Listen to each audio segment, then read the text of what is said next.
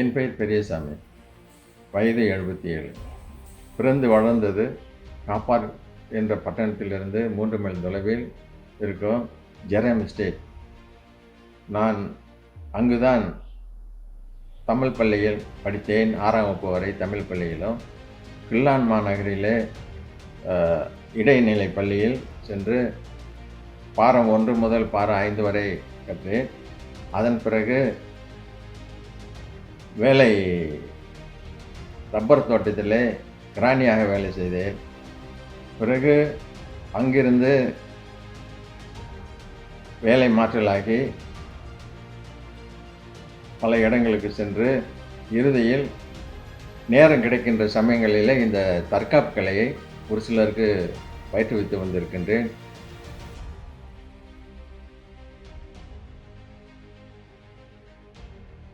நான் சிறுபிள்ளையாக இருக்கும் பொழுதே என்னுடைய தந்தையார் ஒரு சிலம்ப வகுப்பு நடத்தி கொண்டு இருந்தார். அவர்களுடைய இந்த பயிற்சி முறையை பார்க்கும் பொழுது எனக்கும் இந்த கலை கற்க வேண்டும் என்ற ஒரு ஆவல் ஏற்பட்டு, என்னுடைய தந்தையாரிடம் அனுமதி பெற்று அவர் தான் எனக்கு இந்த 8 வயதில் இருந்தே இந்த கலையை கற்றுக் கொடுத்தார். பெரும்பாலும் அவர் எனக்கு நேரடியாக அந்த கலையை கற்றுக் கொடுத்தது கிடையாது. அவருடைய மாணவர்களிடத்திலிருந்து தான் நான் இந்த கலையை முழுமையாக கற்றேன். காரணம், ஒரு சிலர் சொல்லுவார்கள், எனக்கு தெரிந்த விவரம் தெரிந்த காலங்களில் வாத்தியாருங்க அவங்க பிள்ளைகளுக்கு தான் முக்கியமான அடிகளை சொல்லிக் கொடுப்பாங்க, மற்றவருக்கு மறைச்சிருவாங்கன்னு. அந்த பயன்படுத்தி அவர் எனக்கு நேரடியாக அந்த கலையை அவர் போதிக்கலை.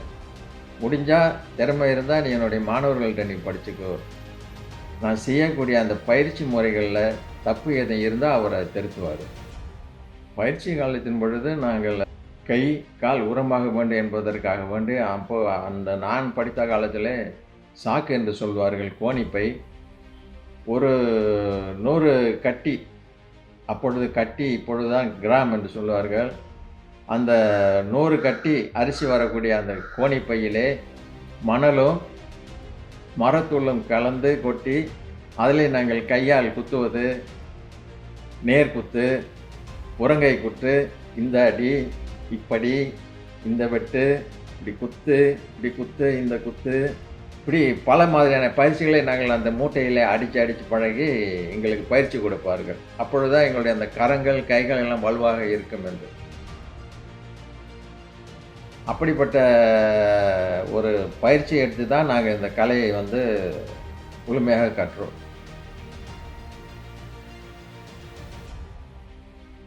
இந்த கலை தமிழகம்தான்.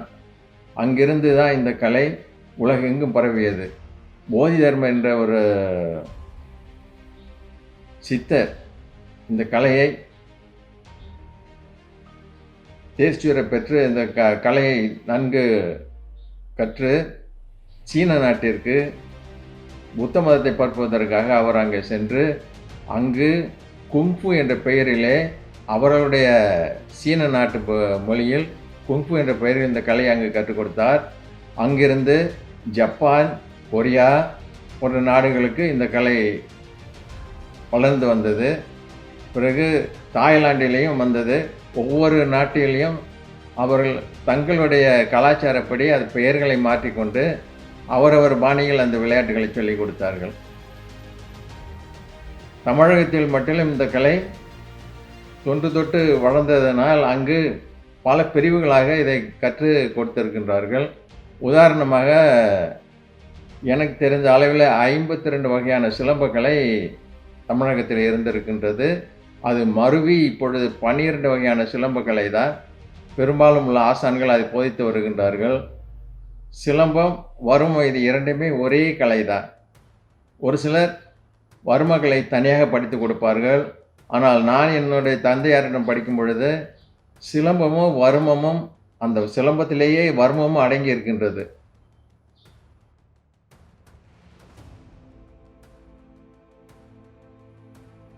ஆயிரத்தி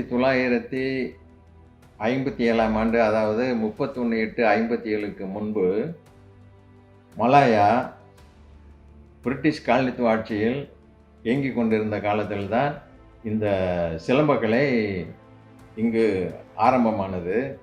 அப்பொழுதெல்லாம் பட்டிகளிலேயும் தொட்டிகளிலேயும் மறைந்து ஒளிந்து இந்த கலையை கற்றார்கள். காரணம், ஒன்றாவது வந்து தோட்டத்து மேனேஜர்மாரு, அதனுடைய நிர்வாகி, தோட்ட நிர்வாகி மற்றும் அங்கு வேலை பார்க்கின்ற குமாஸ்தாக்கள் அவர்களுக்கு பயந்தும், காவல்துறையினருக்கு பயந்தும், ஏன் காவல்துறை உங்களுக்கு அனுமதி கொடுக்கலன்னு சொன்னா, அந்த நேரம் மலாயா கம்யூனிஸ்ட் கையில் இருந்தது. கம்யூனிஸ்ட் ஊடுருவல்களின் காரணமாக இந்த கலை கற்பதற்கு அவருக்கு அனுமதி கொடுக்கவில்லை. காரணம் இவர்கள் கற்றதெல்லாம் காடுகளில். காடுகள் என்றால் ரப்பர் தோட்டங்களில். அப்பொழுது இரவு நேரங்களில் தான் அவர்கள் இந்த கலை கற்றிருக்கின்றார்கள்.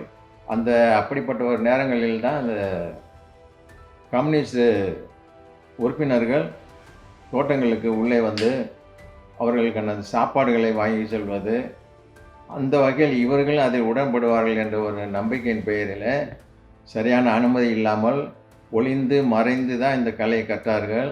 57க்கு பிறகு நாடு சுதந்திரம் அடைந்தும் கூட இந்த தொந்தரவு இருந்தது. முதலில் என்னுடைய தகப்பனார் சிலும்ப சக்கரவர்த்தி வீரகற்பனா அவர்களின் மாணவர்களுடைய மாணவர் சிப்பாங் வட்டாரத்திலே, அவருடைய பெயர் ஆறுமுகம், மகாகுரு ஆறுமுகம் என்று பின்னாளிலே அவருக்கு அந்த பட்டப்பெயர் கிடைத்தது. கராத்தே கலையில் நிபுணத்துவம் பெற்ற ஜோனப் டிராகனர் என்பவரின் பெருமுயற்சியில் அவருக்கு இந்த மகாகுரு பட்டம் கிடைக்கப்பட்டது. காரணம், அவர் மலேசியாவில் பல இடங்களுக்கு சென்று சோதனை நடத்தியிருக்கின்றார். தற்காப்பு கலைகளில் யார் சிறந்தவர்கள் என்ற முறையில். அந்த வகையில் அவர் சிப்பாங் வட்டாரத்தில் இவரை வந்து சந்திக்கின்ற பொழுது அவருடைய 2 மாணவர்களை கொண்டு இவருடைய மாணவர்களோடு விளையாட சொல்லி, அதிலே இவர்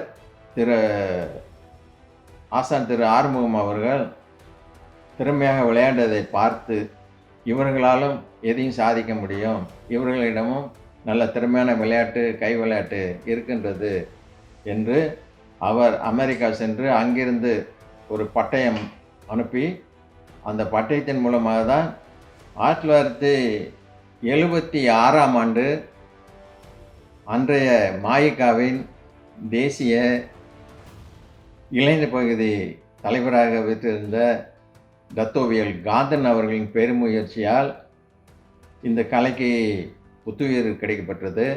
அவருடைய தமையனார் மந்திரியாக இருந்தார். அப்பொழுது அவர்களின் முயற்சியிலே நாடாளுமன்றத்திலே இது பற்றி பேசி அங்கீகாரம் கிடைக்கப்பட்டது. அது முதல்தான் இந்த கலை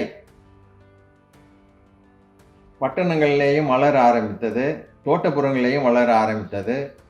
இந்த கலைக்கு கிடைத்த அங்கீகாரம் ஒட்டுமொத்த மலேசியர்களுக்கும் கிடைத்த ஒரு அங்கீகாரமாக நாங்கள் அதை கருதி இந்த கலையை கற்றுக் கொடுத்தோம். Nama saya Master Udaya Kumar. Saya daripada Selambam Daerah Kelang.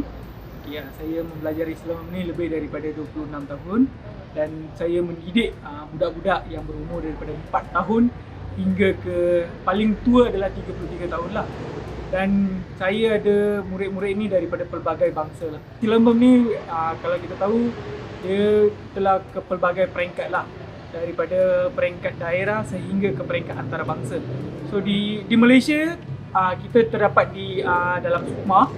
So SUKMA dimulakan pada 2008 di Terengganu sebagai acara pertunjukan. Kemudian pada SUKMA 2020 sepatutnya yang diadakan di Johor, Selambam menjadi satu acara tapi masih belum diadakan lagi. Tapi tahun depan Selambam menjadi salah satu acara dalam SUKMA sebagai acara pilihan. Itu adalah pencapaian yang besar dalam Selambam. Peringkat antarabangsa, Selambam mula dikenalkan di Malaysia ni melalui Sukan Si, di mana dalam Sukan Si kita membuat pertunjukan Selambam semasa perasmian pembukaan Sukan Si dan juga pada tahun 2001 dan juga 2017. So 2 tahun ni adalah merupakan 2 tahun yang unggul bagi kita lah, di mana Selambam mendapat gemilang di peringkat antarabangsa. Tidak begitu sahaja, tapi kita juga terdapat dalam pertunjukan Sukan Commonwealth yang diadakan pada 1998. Selambam menjadi salah satu acara untuk dijadikan acara pertunjukan bangsa dan keunikan bangsa Malaysia lah. Selambam ni dia bukan saja satu seni yang boleh dikatakan untuk mempertahankan diri, malah ia juga boleh dijadikan sebagai senaman harian lah. So dengan mempelajari Selambam ni, kita boleh dapat membina badan kita, kecergasan, tapi yang pentingnya kita dapat disiplin yang lebih tinggi lah. Selambam ni lebih khususnya kepada disiplin berbanding kepada mempertahankan diri. Seni ni bukan sahaja boleh khusus untuk India, tapi dia memperalu-alukanlah semua bangsa untuk dipelajari. Kalau nak tahu untuk saudara-saudari ni, Selambam ni dia lebih jadi unggul di Sabah, di mana Keningau dia ada satu pasukan Selambam dia sendiri, di mana mereka telah menghantar wakil-wakilnya ke Sukma dan juga pertandingan kebangsaan Selambam. Jago-jago Sabah ni memang hangatlah kita panggil. Dia boleh bukan saja dapat menunjukkan seni Selambam, tapi kebolehan dia dalam mempelajari seni ni sangat tinggilah. Dia punya minat sangat tinggi di dalam Selambam ni. கை விளையாட்டுகள்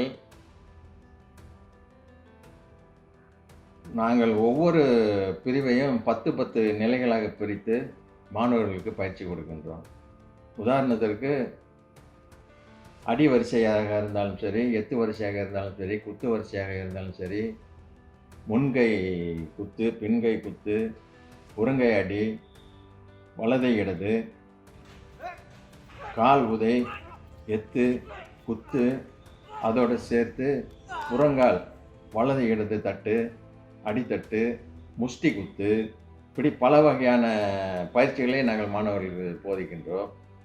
ஆயுதம் என்று சொல்லும் பொழுது கத்தி, கட்டாரி, இரும்பு, தடி போன்றவற்றையும் எதிரி எங்களை தாக்குகின்ற பொழுது அதையும் நாங்கள் லாவகமாக பிடித்து அவர்களை நாங்கள் அடிப்பதும் உண்டு.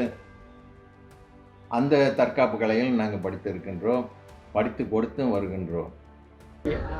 Sekarang saya nak memperkenalkan senjata-senjata yang terdapat dalam Selambam. Yang pertama ni kita panggil selambu. Selambu ni adalah satu rotan yang rotan ni hanya boleh dapat di Malaysia sahaja. So unik dia, kita ada kayu Selambam ni di Malaysia sahaja, di mana kayu ni panjangnya dalam 9 meter, tapi kita menggunakan ketinggian masing-masing. Kemudian sama juga selambu kayu dia, tapi kayu ni lebih pendek, di mana kayunya bersaiz sehingga ke paras lutut ataupun paha kita saja. Kita panggil dia, nama dia sedi kuci. Okey, peralatan yang ketiga ni adalah kita panggil man kumbut ataupun tanduk rusa. So yang ni kita gunakan daripada tanduk rusa yang dah tidak berguna lah. Tapi di Malaysia kita tidak dibenarkan menggunakan tanduk rusuk, maka kita menggunakan kayu Selambam yang khasnya yang dibengkokkan dijadikan sebagai tanduk rusuk. Okey. So yang ni kita panggil shear and knife ataupun kita panggil pedang dan dia punya penghadang. So kita panggil dalam bahasa Selambam ni kedayung. Okey, kedayung ini dibuat daripada besi, di mana kita menggunakan pisau yang bersaiz dalam 1.5 kaki hingga 2 kaki, dan pedangnya dalam beberapa bentuk. Senjata seterusnya kita panggil surul. Surul ni adalah gulungan besi, di mana besi ini boleh memanjang sehingga 6 hingga 7 kaki. Okey, dan kita akan membuat pusingan dalam besi ini dan boleh menghalau kita punya musuh ataupun kita punya pelawan kita.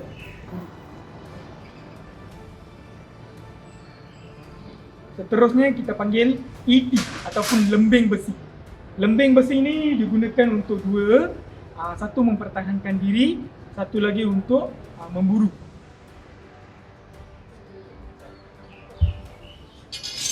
Okey, ini adalah kita punya yang alat terakhir, di mana kita panggil pedang besi. Okay, pedang besi ini kita boleh main secara satu pedang besi ataupun kita boleh main dua pedang besi. Satu pedang besi biasanya perlawanan antara satu musuh. Dua ni orang yang boleh membawa kita panggil wal bici, di mana membawa pedang besi yang berdua. So dia boleh mengayunkan pedang besi ini dan menghalau musuh ataupun mencederakan musuh daripada mendekati pelawan ataupun menjaga diri kita. So ini juga adalah satu alat tradisi yang digunakan sejak zaman peperangan pulih lagi.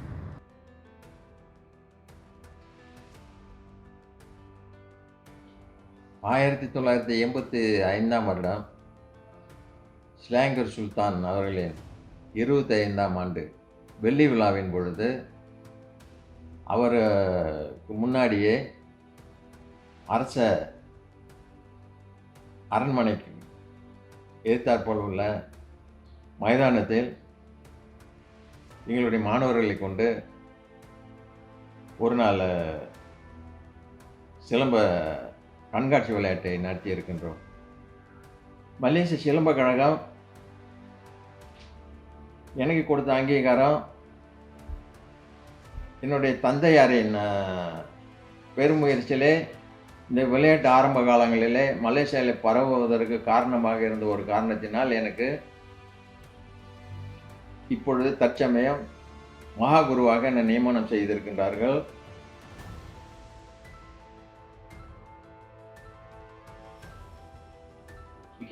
என்னுடைய தந்தையார் சிலம்பு சக்கரவர்த்தி வீரகற்பனா அவர்கள் 1920ஆம் ஆண்டு Malaysia வந்து, அன்றைய Malaya இன்று Malaysia, இந்த கலையை கற்று பல மாணவர்களுக்கு இந்த கலையை கற்றுக் கொடுத்து அந்த மாணவர்களை ஒரு இடத்திலே அவர்கள் இருக்க சொல்லாமல் பல இடங்களுக்கு அனுப்பி இந்த கலையை பரவ செய்தவர் என்ற வகையில் அவரை நாங்கள் பாராட்டுகின்றோம். அவர் இங்கு இருந்த வரையில் காப்பார், உதாரணமாக கோலஸ்லங்கர் மாவட்டங்கள் தோறுமே இந்த கலை பரவி இருந்தது. அங்கே அவரிடம் படித்த அந்த மாணவர்களை மற்ற மாநிலங்களுக்கும் அவர் அனுப்பி வைத்து இந்த கலையை வளர செய்தார்.